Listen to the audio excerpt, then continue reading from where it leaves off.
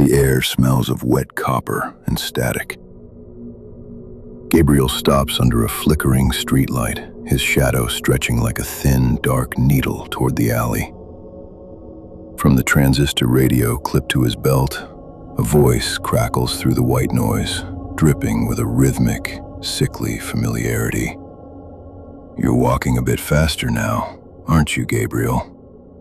The voice is a jagged rasp that seems to vibrate within his very teeth, yet it carries a cadence he hasn't heard in years. Left foot, right foot, passing the boarded-up bakery where we used to buy those sourdough loaves on Sundays. Gabriel freezes, his heart hammering against his ribs like a trapped bird. "Don't stop now, Gabe. Your old man is finally back on the air, and I've saved the best slot just for you." He looks around, but the street is a ghost town of shuttered windows and hollow echoes. There are no cameras, no eyes peering from the darkness, yet the radio knows the exact moment he wipes the cold sweat from his forehead. "That's it. Breathe deep," the broadcaster whispers, the sound of a wet tongue clicking against teeth transmitting clearly. The trail is laid, the frequency is locked, and I've missed you more than this cold earth can describe. Fear tastes like rusted iron as the radio pulses with the low, steady thrum of a heartbeat that sounds exactly like the one he used to lean his head against as a child. The broadcast shifts into a low, discordant hum that mimics the sound of rushing water. "Take the service stairs behind the old mill, Gabriel," his father's voice commands, the signal growing stronger and clearer as he moves. Every step he takes is echoed by a synchronized thud over the airwaves. It is as if the station isn't just watching him. His father is inhabiting his very stride from somewhere deep beneath the pavement. The moon is swallowed by thick, bruised clouds, leaving only the sickening orange glow of distant sodium lamps to guide his path toward the descent. "The iron gate is unlocked just for you, son," the voice chuckles, a sound like dry leaves skittering across a grave. Gabriel reaches out, his fingers trembling as they touch the cold, slick metal of the maintenance hatch. It swings open without a single creak, revealing a yawning black throat leading down into the earth. The radio emits a sharp, piercing whistle that makes him flinch. "Watch your step. It's a long way down into the secret places where I've been waiting for our reunion." He descends the ladder, the rungs coated in a greasy film that smells of stagnant rain and ancient, undisturbed dust. The broadcast is the only light in the suffocating darkness of the shaft, pulling him deeper into a world where the living were never meant to tread. "Come down, Gabriel. The cellar of the world is much warmer than the surface you've been wandering." The bottom of the ladder meets a shallow pool of murky water that ripples outward in perfect, concentric circles. "Listen to the melody of the pipes," the radio suggests, the static now sounding like a choir of muffled, underwater screams. Gabriel holds the device out like a lantern, though it offers no visual illumination. The walls of the sewer are lined with moss that looks like black velvet in the gloom. "Keep walking toward the sound of the churning turbine," his father says, his tone shifting into something almost reverent and possessive.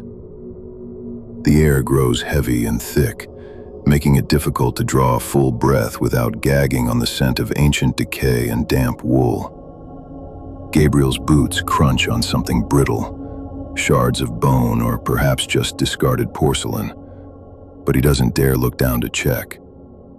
"You're getting warmer, Gabriel. Can you feel the frequency vibrating in your marrow? It's the sound of our blood calling to each other." The tunnels branch out like the veins of a dying giant, but the radio signal pulls him toward the narrowest, darkest corridor. He feels a strange compulsion to obey, as if his father's voice has replaced his own internal monologue. Every splash of his feet is broadcast back to him with a 3-second delay, creating a haunting, rhythmic loop of his own intrusion into a tomb. "Just a few more steps, Gabe. I've built a home for us down here in the quiet." "Stop," the radio barks, the command so sharp it echoes off the stone walls in real time. Gabriel halts in front of a rusted drainage grate where the water gathers in a deep, black eddy. The voice of the falls goes silent for a long, agonizing minute, leaving only the sound of dripping condensation. Then, a low whistle begins, the lullaby his father used to hum when the storms got too loud. "Look down into the silt, where the things the world discarded come to rest," the voice whispers with a terrifying, hollow tenderness. Gabriel lowers his gaze, his eyes slowly adjusting to the absolute lack of light. Beneath the surface of the sluggish water, something pale and bloated begins to shimmer. It isn't a rock, and it isn't debris. It is the unmistakable curve of a human ribcage, tangled in a web of discarded radio wire and copper cabling. "I've been so lonely since the station went dark on me," his father says, his voice breaking with a sob that sounds entirely too real to be a recording. The realization hits Gabriel like a physical blow. The body in the water is the man he's been mourning for years. The radio begins to emit a high-pitched frequency that makes his nose start to bleed. "I'm right here, Gabriel. I'm right in front of you. Reach out and touch the broadcast. Join the frequency. Do you recognize the ring on the finger? Or has the grime claimed that too?" The radio's question causes Gabriel to lean closer, his face inches from the foul-smelling water.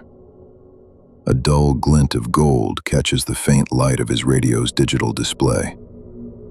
It is the signet ring, the one he watched his father polish every single night before the disappearance. "The falls never keep a secret forever, Gabe," the voice sneers, the mask of fatherly love slipping away to reveal a desperate, hungry malice. "They just hold on to them until the family comes to collect the remains." Gabriel tries to scream, but his throat feels as though it has been lined with wet lead. The radio signal begins to distort, warping his father's voice into a demonic growl that fills the entire tunnel. "You wanted to find me, didn't you? Now you're part of the permanent transmission." He hears the sound of footsteps on the ladder he just ascended, heavy and deliberate, echoing the rhythm of a man with a limp. Someone is coming down to pull him into the silt. The broadcast isn't over. It is moving into the final, eternal segment. Panic surges, but his legs feel rooted to the sludge at the bottom of the sewer, as if the mud itself is growing fingers. "I've made room for you in the water, Gabriel. There's enough space for two in the static." The footsteps grow louder, splashing through the darkness with a terrifying lack of haste. "Don't turn around yet," his father instructs, the signal now so loud it's distorted and blown out, vibrating the very air in Gabriel's lungs. "We need to capture the exact frequency of your fear for the midnight listeners." Gabriel stares at the skeletal remains, seeing the way the bones have been meticulously arranged, wrapped in the very wires that broadcast this nightmare. This wasn't a murder.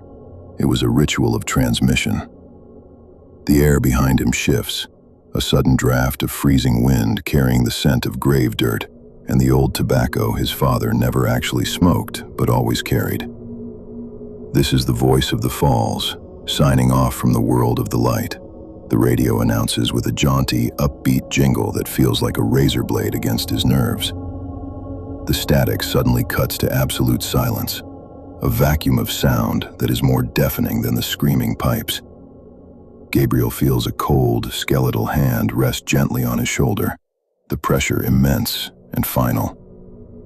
"Hello, son," a physical voice whispers in his ear, dripping with the moisture of the sewer. "Thank you for answering the call. The signal is finally complete." He feels himself being pulled backward, toward the water and the wires. The silence of the sewer is broken by a single sharp click. the sound of a cosmic recorder being turned off.